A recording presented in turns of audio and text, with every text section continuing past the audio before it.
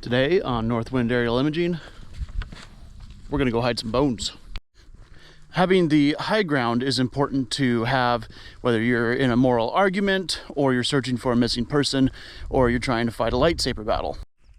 So drones are obviously rapidly becoming a need to have piece of kit for every search and rescue organization out there. Being able to just get a camera in the sky that you can see through in real time is a huge boon on any search and rescue operation. So being able to rapidly throw a high resolution camera and infrared camera, if you have that, especially up in the air at a moment's notice, to look down and search a wide aerial area for a missing person, which is what this is mainly about, is very, very important, especially if that person is alive. But returning found remains to family members and giving them closure is just as important sometimes as finding a missing person that's still alive. Not having any idea what happened to your loved one is a fate I wouldn't wish on anyone. So that's what we're going to be going over today, is searching for remains that have been out in the woods for quite some time. So me and my bag of bones here are going to walk out to a local creek, and I'm going to scatter them around, and we're going to go over a couple of tips, techniques, and tactics to track down bones. Obviously the bones I'm using are plastic bones. They are left over from Halloween. They are not real bones, but they're as close to real bones as I can get without anyone thinking I'm weirder than I already am. Oh, hey!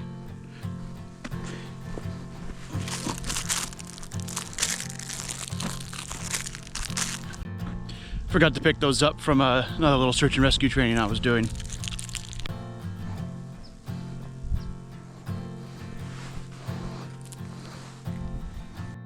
These almonds are left over from harvesting. They were either too dry or too green to knock off the trees when they were getting shook.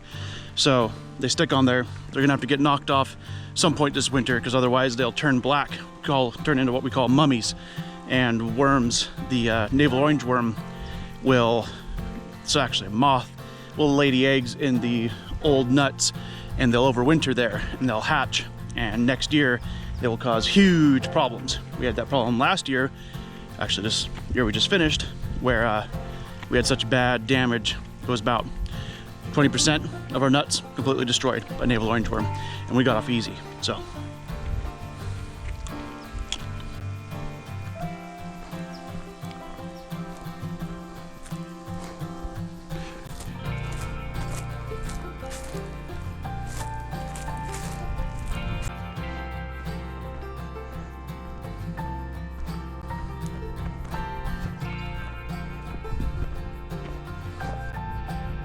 I think this creek right here is going to be a great place to set up for searching for bones in it, because A, there's going to be a lot of stuff in here that's going to be the same kind of color of bone, so it's going to be harder to pick out, and B, we often find lots of bones out here in this creek from stuff that's been washed down from the hills. I'm going to walk it, find a nice drop down into this area, and going to start spreading out my bones.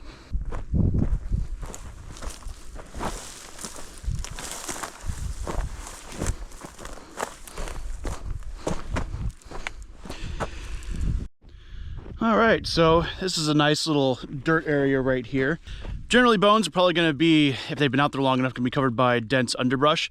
So I'm going to hide a couple different ones all out underneath some of these brushes, and I'm going to take photos of them to remind myself of exactly where I placed them for when we go back through later. Alas, poor Yorick, I knew him well. I couldn't resist, I'm sorry.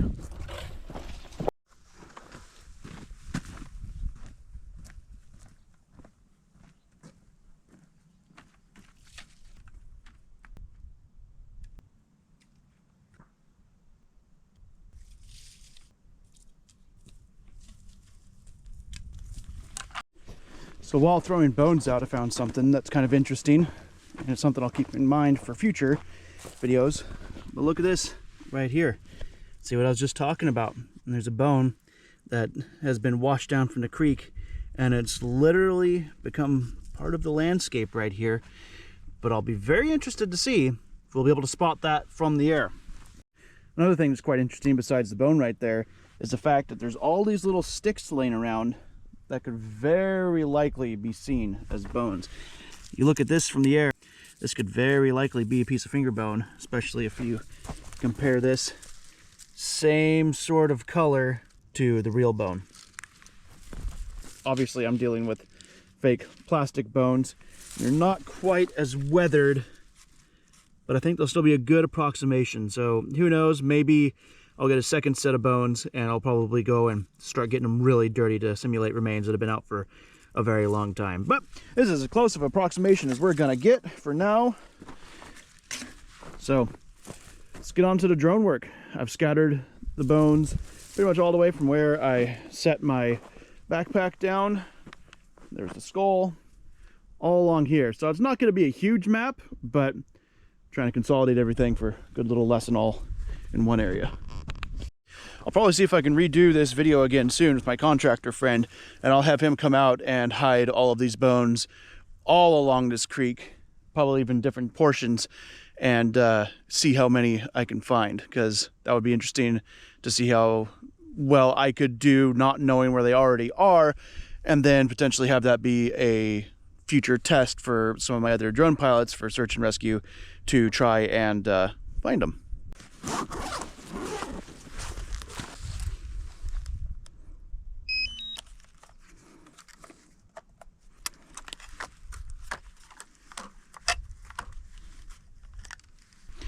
The only problem is finding a good place to take it off in this creek. Probably about as flat as I'm gonna get right here. Just making sure these aren't gonna hit anything when they take off. All right, so that's probably as good as I'm gonna get for a takeoff spot in the creek. Obviously, I would probably be taking off from quite a ways away and flying over to this creek in a real world scenario. Just gonna move out of the way a little bit over here because I'm gonna do a mapping mission and don't want to exactly see myself right in the map, even though I probably will. As good a seat as any.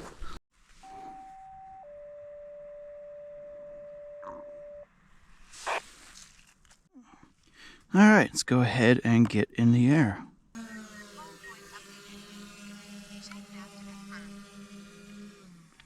So we're going to do a couple different tests. We're mostly going to do a flyover at 100 feet, 200 feet, 300 feet, and about 400 feet, just to kind of give an idea of what it looks like on all of the cameras. So this is basically to simulate if you're flying and just quickly scanning everything here, how it's going to look from these different areas. So we're going to do it on the wide, and then we might do just a little bit of test on the thermal. So this is just going to be quick and dirty. So to no surprise, the bones show up fairly well at 100 feet up in elevation. I marked and highlighted a few of the bones as we fly over using some motion tracking. I didn't mark all of them because even at this height I had a hard time figuring out which bone was which and whether or not it was a white stick or not. Larger bones such as the skull and the tailbone and certain vertebrae and femur all showed up fairly easy, while the ribs were much harder to pick out. Alright, I know that pipe right there. I had not placed any bones past that, so let's go up to 200. Alright, 200 feet. No surprise at all, it's already becoming harder to see anything of value from the air when you're 200 feet up. I'm able to pick out the femur and the skull pretty reliably, and all the other bones have just become kind of a jumble of white spots.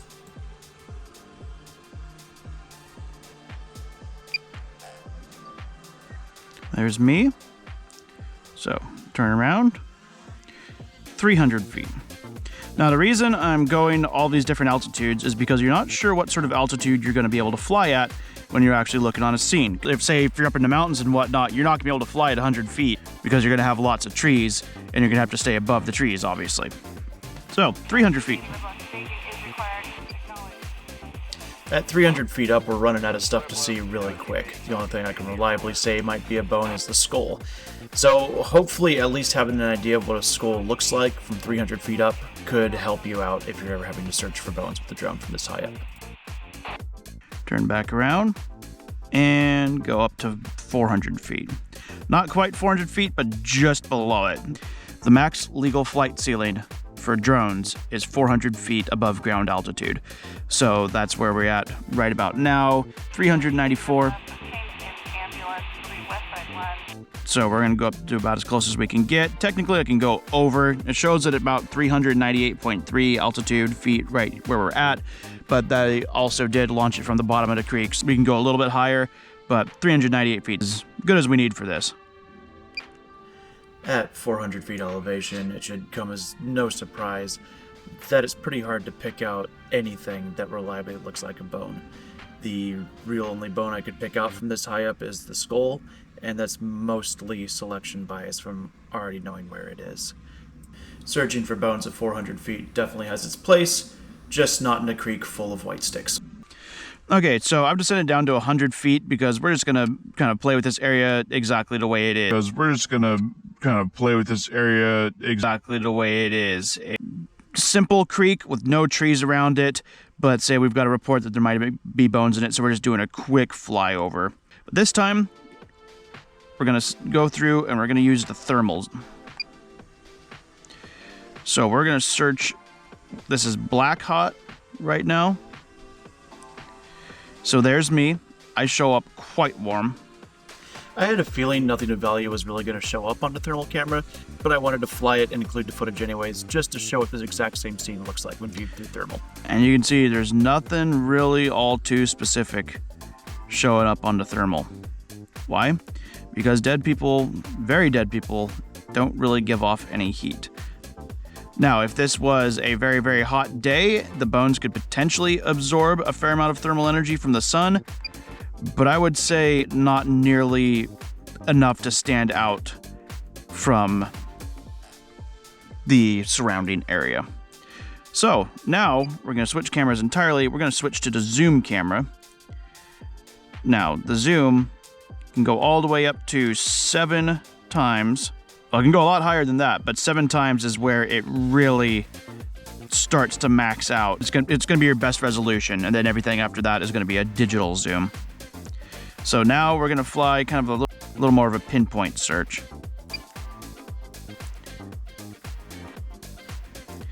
And so if you're flying, I'm still at about 100 feet. I'm at 105 altitude right now. I like to use the zoom when I'm a little bit higher in the air. I know it sounds weird, but if you're going to be zooming in, it's almost better to be around 150, 200 feet, because now I've narrowed my search area so much that it's hard to pick out much of anything. Flying zoomed in as compared to the wide view is a night and day difference. You sacrifice obviously a lot of field of view, but the bones show up so clear I don't even feel the need to motion track them or overlay their position in the footage. So see, when you're flying about 100 feet, you can't fly very fast because it starts to get blurry really quickly. But you're flying about there and you're looking in zoom, you are able to start picking out more items. I'm picking out lots of different bones right there, including the skull. And so even at 100 feet, with the zoom, you're picking that out, but you're not seeing anything really off to the sides. Here's what it looks like in wide view. So let's move up about 100 feet. So that's about 170 feet right there. And now we're starting to get a good view of the entire creek. What would we need in order to get this same exact view with wide?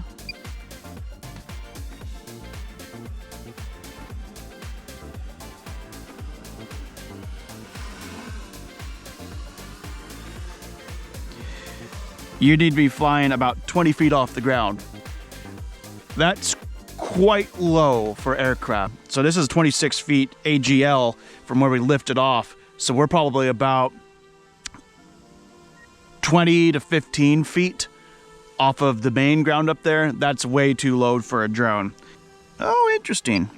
So that's what it looks like on thermal, but you're still well better off going with a wider zoom on this. We can see the skeleton head right there with the thermal, but you're gonna see it with your main camera way better. Anyways, tangents. So if you're wanting to search the area and get like a nice fine comb looking view, I recommend, if you can, get about 150 feet up and switch to your 7 times zoom. There's 150 feet up, 7x zoom. You could probably go a little bit higher. Right up to around 192. And now we've got pretty much the entire creek in our view. So now let's fly over using the zoom from beginning to end and see how much better we can pick out the bones. All right, so now we're flying the creek. We're at 192 altitude. We are flying 2.5 miles per hour. We are zoomed in 7 times. That is our max resolution zoom we can get. And we are just following along the creek and we can start to pick them out. Just gonna do a nice quick flyover, and then we're gonna come back, we're gonna look at individual bones and zoom in on them and see how they show up. All right, so now we're gonna start with me, and we're just gonna kind of work our way over there and start looking at the specific bones that we have. So right off the bat, we have one that looks like right there. This is where we can zoom in and take a look. Now, can we determine whether or not that is a bone? Probably would take a photo of it and share it with the command. All right, now we're getting into where I know I placed the bones. So let's see how many we can pick out. So we obviously have the skull right there. That's pretty easy to pick out. Yeah, it's bleached white. How often are we gonna find bleached white bones? Probably not often, but at least it's something pretty easy to tell what it is. There's another bone right there. There's actually 2. There's one in the dirt. That's what appears to be a spine over there in the grass. And now I know I placed a jaw over here. Oh, there it is. Yep. So you can see it right there in the rocks. Jawbone. How often are we going to find a completely intact skull and jawbone? Not often, but still. I personally know that's a bone, but it's pretty hard to tell.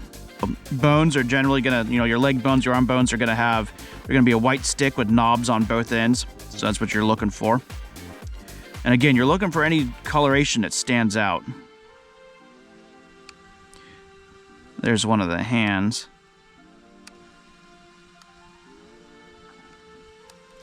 And hey, what do you know? I'm pretty sure that right there is that one bone we were looking at.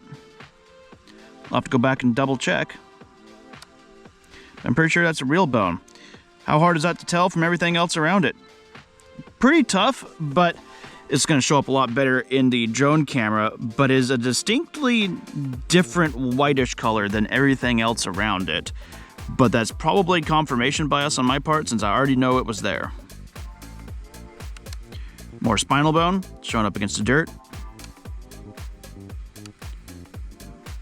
More little bones right there.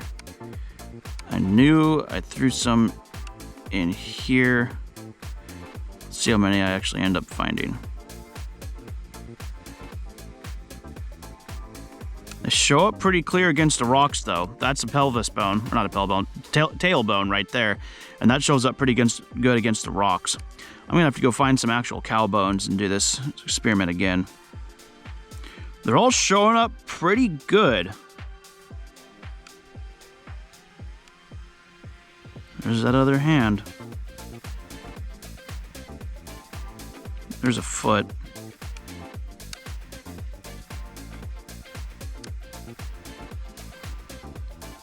Another little bone right there. I think that's about as far as I went. Yep, there's the pipe. Cool.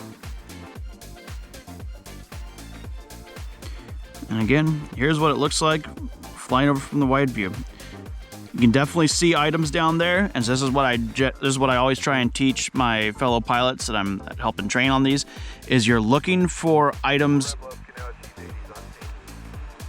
You're looking for items that are different colors than everything else around them. You're looking for contrast. Batteries are getting low. Just gonna go ahead and swap them out here really quick and wait, what? Hi, it's me.